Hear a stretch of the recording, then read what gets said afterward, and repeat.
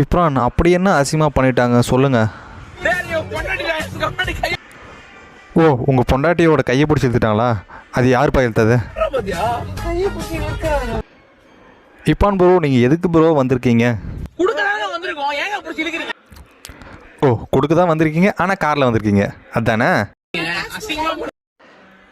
யார் அசிங்கமாக பண்ணுறது? மக்களா? அப்போ நீங்கள் எதுக்கு வந்திருக்கீங்க? கொடுக்க வந்திருக்கீங்க. கொடுத்தவன் எப்படி கொடுக்கணும்?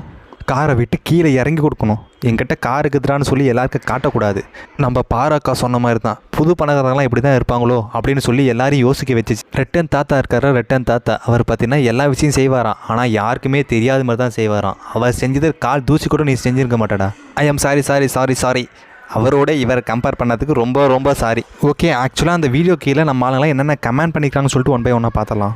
இன்ஃபோ மீடியான்றது பார்த்திங்கன்னா ஊ அன்சப்ஸ்கிரைப் திஸ் சேனல், அதாவது இந்த வீடியோ மூலமாக உங்கள் சேனலை அன்சப்ஸ்கிரைப் பண்ணுறேன்னு சொல்லியிருக்காரு. ரெண்டாவது பார்த்திங்கன்னா ஹியூமிலிட்டி அண்ட் பப்ளிசிட்டி, அதாவது இந்த வீடியோ மூலமாக பார்த்திங்கன்னா நீங்கள் மனிதராக இல்லை, பப்ளிசிட்டி பண்ணுறதுக்கான ஒரு மனிதனாக பார்த்திங்கன்னா இருக்கீங்கன்னு சொல்லியிருக்காரு.